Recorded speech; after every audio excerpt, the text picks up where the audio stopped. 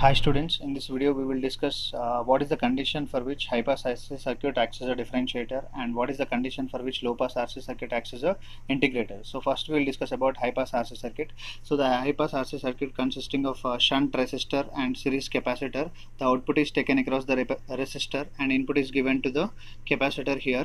Now we will discuss four important things related to this particular high pass RC circuit. First one, what is differentiator? And next, second one, why this particular circuit is called as a high pass filter, and third important thing is what is the condition for which high pass circuit acts as a differentiator, and last one is what are the applications related to the differentiator. So the first one is what is differentiator. Differentiator is a circuit in which the output is proportional to the derivative of the input signal. So it is proportional to the derivative of input signal, that is output is proportional to the rate of change of input with respect to time. Now second thing, why this particular circuit is called as a high pass filter or high pass RC circuit. So it depends on the filtering action, which depends on the frequency dependent element. The frequency dependent element is capacitor here. The reactance of the capacitor is 1 by omega c, 1 by 2 pi f into c. So for low frequencies, as f is equal to 0, reactance of the capacitor is 1 by 2 pi f into c. 1 by 0 becomes infinite and it is considered as open circuit. So when capacitor is open circuited, the output voltage is equal to 0 because there is no current flowing through this resistor, because this particular capacitor is open circuited here. The output voltage is equal to 0. So second one, as f tends to infinity here, as frequency tending to infinity, the reactance of the capacitor is equal to 1 by 2 pi fc. F tends to infinity means it is 0, so this will be considered as short circuited here. So the capacitor is short circuited. Short circuited means the output voltage is taken across the resistor, so it is equal to the input voltage because these are parallel. V0 of t is equal to whatever be the input voltage we are applying, that is directly appearing across the resistor terminals. So the V0 of t is equal to Vi of t. So that means here it is allowing all high frequency components, attenuating all or attenuates or stops all low frequency components. Therefore this particular RC filter will be acting, circuit will be acting as a high pass filter. Now we will see the third important thing, what is the condition for which this high pass RC circuit acts as a differentiator. So what is the condition for which it is acting as a differentiator is the time constant should be as minimum as possible. The time constant should be less than appreciable change in the input. So this is t, means it is the change in the input with respect to this comparison with RC time constant. So the time constant will be as minimum as possible. If the time constant is very less, means the capacitor will be charging and discharging very fastly, so it is quickly responding to the given input. So we will analyze this particular circuit and we will get the output voltage in terms of input voltage here. As shown in the figure, V0 of t, output voltage, is equal to, according to the Ohm's law, it is I of t into R. V0 of t is equal to I of t into R into I of t. Now the capacitor across which the current equation I of t can be written as C into dVc of t divided by dt. So this is the current flowing through the capacitor. By KVL, applying KVL to this particular circuit, we will get the equation VA of t is equal to, so the capacitor voltage is Vc of t plus the output voltage is taken across the resistor, it is V0 of t. So if the capacitor is quickly charging to the input, so we can take approximately VA of t is approximately considered as Vc of t. So if you substitute this in equation 2 here, now I of t, the current I of t will be considered as C into dVi of t divided by dt. So this is the current equation. If you substitute this current in the output voltage equation, that is equation 1, V0 of t is equal to R into I of t. So it is R into, what is I of t here? It is C into dVi of t divided by dt. So from this equation, it is clear that output voltage is directly proportional to the rate of change of input with respect to time, that is the differential change in input with respect to time, with a proportionality constant of RC.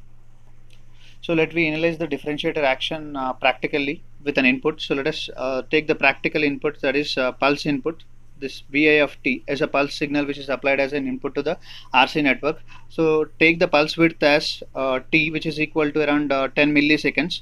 Now we know RC should be less than t. So if it is 10 milliseconds, the RC should be considered at least 1/10 of 10, 1/10 of t, that is it is 10 milliseconds, means the time constant should be around 1 millisecond. So if the time constant is 1 millisecond, means we need to design this particular circuit with a time constant of 1 millisecond, and we need to choose the values of R and C here. R should be considered as around 1 kilo ohm and capacitor is considered around 1 microfarad.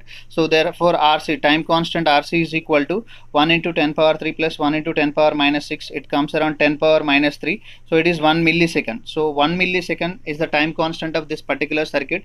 The capacitor is quickly charging to the given input because the time constant is very less. Now as we see, there is a sudden change in the input voltage from 0 to V at t is equal to 0. When there is a sudden change, capacitors will be short circuited. When capacitor is short circuited, the output voltage is equal to input voltage, so it will be reaching to the value of V. Now later on, capacitor regains its property and stores energy in the form of electric field or charge, so that it will be reaching to the final value of V. So when capacitor voltage is increasing, the voltage across the resistor will be decreases, because Vi is equal to Vc, capacitor voltage plus resistor voltage. As capacitor voltage is increasing, the resistor voltage will be decreases, so it is exponentially decreasing and it is reaching to the value of 0. The output voltage will be reaching to the value of 0 as capacitor voltage is increasing here. Now later on, what happens at t is equal to capital T? So at this particular point at t is equal to 10 milliseconds, there is a transition from the input voltage. So when there is a transition from V to 0 here, so when there is a sudden transition from V to 0, after that what happens, the capacitor here will be considered as short circuit for sudden changes, but the voltage across the capacitor will be present as it is. So it should be represented, because energy neither be created nor be destroyed. Whatever the energy which is there with it is the voltage V. It should be represented along with short circuit. In series, we cannot represent in parallel. That is not a logical representation. If you represent in parallel, the voltage across this short circuit terminals is 0. So that's why it should be represented in series, and the resistance across which the voltage is V naught of t. So when you apply the KVL equation for this one, V minus V naught of t is equal to, that is positive to negative, V plus V naught of t is equal to 0. So that means V naught of t is equal to minus V. So the output voltage will be reaching to the value of minus V here. It is reaching to the value of minus V. Later on, for t greater than t, there is no input. For t, this is at t is equal to exactly t, that is at sudden change from V to 0. Instantaneous change happened here. For t greater than t, the capacitor regains its property and there is no input here, because there is no input here. Vi of t is 0. So the capacitor voltage, now the capacitor will be discharging through the resistor.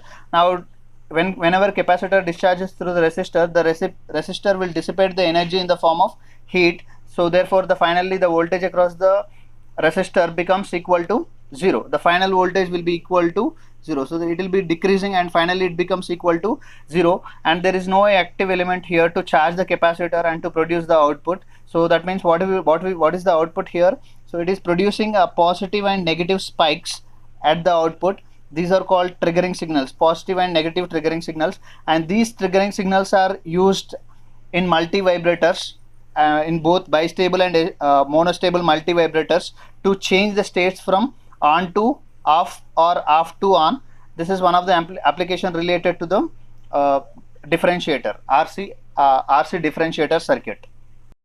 So let me analyze the high pass RC circuit action, that is for a rectangular train of pulses here. So the rectangular train of pulses with equal on and off time periods is considered as a square wave signal. So if you give this type of input high pass RC circuit, what will be the output for RC less than t? So the RC less than t. Here t is considered as t on here. So let us take the total time period is 20 milliseconds and the on period is around 10 milliseconds. Now we need to take the time constant value as 1/10 of the on pulse width time period, that is we should take around 1 millisecond here. If you take 1 millisecond, the time constant is very less. Now what will be the output here? So the output whatever we are getting here is now the capacitor is quickly charging, means the output voltage across the resistor will becomes equal to 0 instantaneously. It is generating the positive and negative spikes here, or nothing but it is positive and negative triggering signals it will be generating, and this particular signals will be used as we discussed in multivibrators, and these differentiator circuits are used in wave shaping these are used as a wave shaping circuits to change the wave of shape of a signal, to change the shape of a signal, and they will be used in proportional integral derivative controllers to produce the derivative action. This is especially used in a control systems applications, and they will be used in analog computers to produce a differentiation action. So just now we discussed about high-pass RC circuit, how it will be acting as a differentiator. The condition for differentiation is RC should be less than appreciable change in the input. So it should be less than appreciable change in the input time. So now we will discuss about the low-pass RC circuit. Low-pass RC circuit as an integrator here. So the low-pass RC circuit consisting of a shunt capacitor and series resistor. The output is taken across the capacitor and input is given to the resistor here. This is acting as a low-pass filter. Now we will discuss 4 important things related to this one. First one is what is an integrator and how this particular circuit will be acting as a low-pass filter.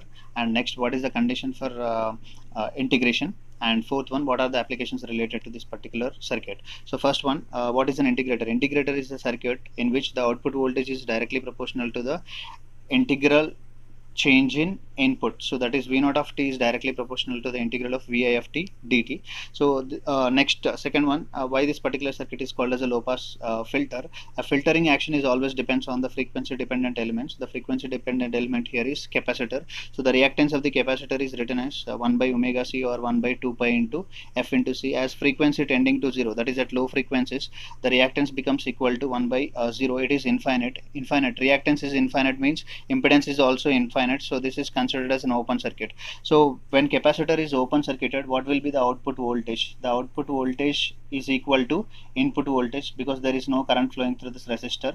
Impedance is maximum here. So V0 of t is equal to Vi of t. Next, second one, as f tends to infinity, as frequency tending to infinity, for high frequencies it is 1 by 2 pi f into c, 1 by infinity, and it is equal to 0. The capacitor reactance is 0 means, and impedance is 0, therefore it is considered as a short circuit. So when capacitor is short circuited, what will be the output voltage? The output voltage across this short circuit terminals is 0 because across the short circuit terminals the resistance is 0. So according to the Ohm's law, resistance is 0 means V0 of t is equal to 0. That means for low frequencies V0 of t is equal to input voltage. For high frequencies V0 of t is equal to 0. That means it is allowing all low frequency components and attenuating all high frequency components.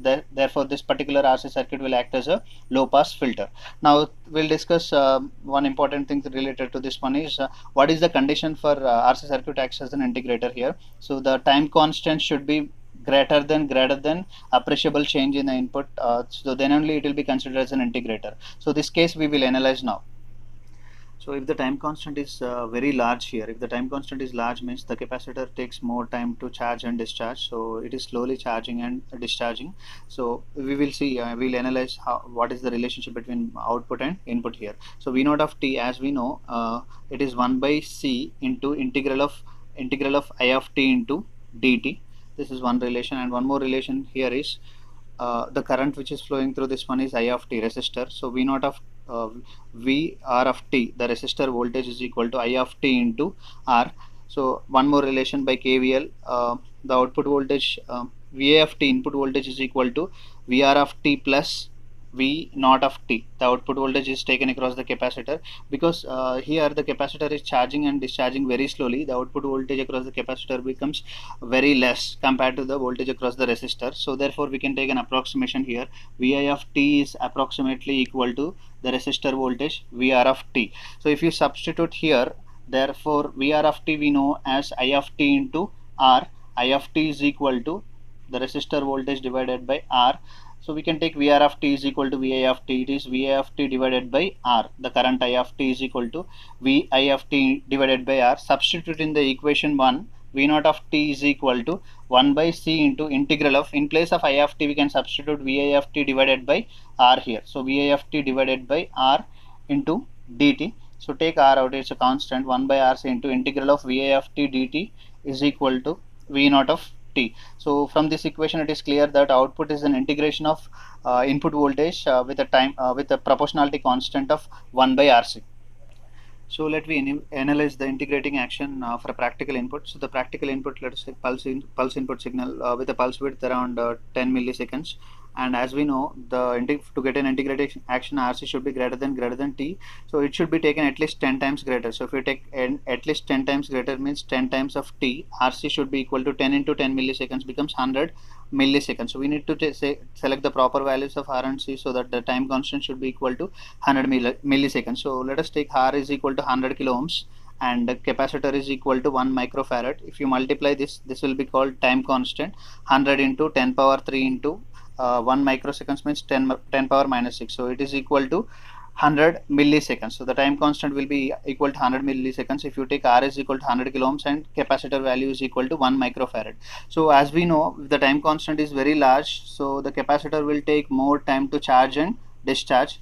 So if you see here where there is a sudden change, capacitor is initially short circuited. For sudden changes, initial voltage is 0 because across the short circuit terminal.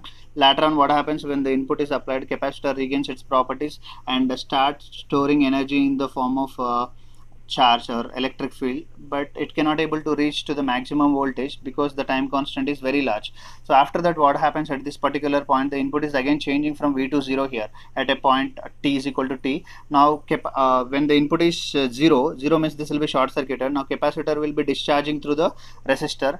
Now the voltage across the capacitor is finally it becomes equal to 0. Now the pulse variations are converted into the ramp up and down variations. This is called integrating actions. So there is a integrating action possible when you take the time constant as very large. So this we can analyze for the train of pulses here. If you take a train of pulses which are having equal on and off durations, T on is equal to T off, will be considered as a square wave signal. If you apply this particular signal as an input to the RC low pass filter, what will be the corresponding output? So the corresponding output it is producing as it will be charging during this input period because output is across the capacitor, and during the output period, during the off period, it will be discharging. Again it will be charging and discharging. So it produces square variations. It will be produces an output as ramp variations for a square wave input. So it acts as an integrator here. So to get an integrating action, the RC should be greater than T. So let us take this on period. So T, if you take around 20 milliseconds, the on period should be taken around 10 milliseconds. The RC value should be taken around 100 milliseconds. We have to take around 100 milliseconds, which should be greater than the pulse width. So then only we'll get an integrating action. So the square wave input will be converted into ramp variations whenever we apply a step signal as an input. So it will be converting into a ramp signal. So whenever we are using this low pass RC circuit as an integrator, what are the applications related to this one? So the applications related to this integrator is it can be used in analog computers to produce an integrating action, and one more thing, it is used in proportional integral derivative controllers in control systems to get an integrating action and to stabilize the control systems. To stabilize the control systems, we will use an integrators. And one more thing, it is used in analog to digital converters. Especially it is to produce an integrating action with operational amplifiers. It is used along with operational amplifiers to convert an analog signal into digital signal. And one more thing is it is used in wave shaping circuits. So whenever we want to change the shape of a signal from square to triangle, or from pulse to ramp up or ramp down variations, we can use RC low pass circuit with time constant is much greater than the appreciable change in the input pulse or input pulse width. So now we will compare integrator with differentiator. As we know, integrator is a low pass filter. So it is easy to stabilize the integrators rather than differentiators, because as we know, integrator is a low pass filter. The gain versus frequency characteristics is, so as frequency increases, the gain will be decreases here. So at a cutoff frequency, the gain is equal to the maximum by root 2. So whatever be the maximum value we are getting, so it is maximum by root 2. So for differentiator is nothing but it is a high pass filter. High pass filter action is like this. The gain versus frequency characteristics is like this. So at f is equal to fc to infinity.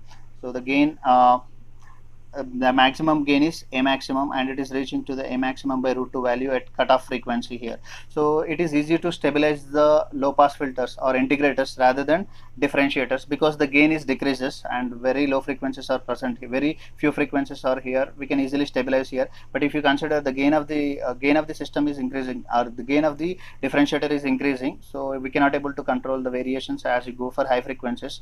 So about that is the one thing. And one more thing, when we discuss about the noise effect is very less in case of low pass filters, because the bandwidth is limited here. The bandwidth is equal to fc here. So the bandwidth of this one is infinity minus fc, higher minus lower, infinite, it is almost equal to infinite. So we are passing large frequencies or more frequencies in case of differentiators, so the noise effect is also more. We are passing only very few frequency signals here, the noise effect will be less here. Now one more point, it is more convenient to introduce initial conditions in case of integrator rather than in differentiator, because integration, whenever we do integration, we will consider some arbitrary constant here. The arbitrary constant will give the initial conditions. But if you take the differentiation here, whenever we do differentiation, when there is a constant involved in that constant will be differentiated and it will be equal to 0. So we cannot able to retrieve that information related to that initial conditions. So these are advantages related to the integrator when compared with the differentiator. That's why in most of the practical applications, integrators are used rather than differentiators. I hope you understand this particular lecture, and thank you for watching this video.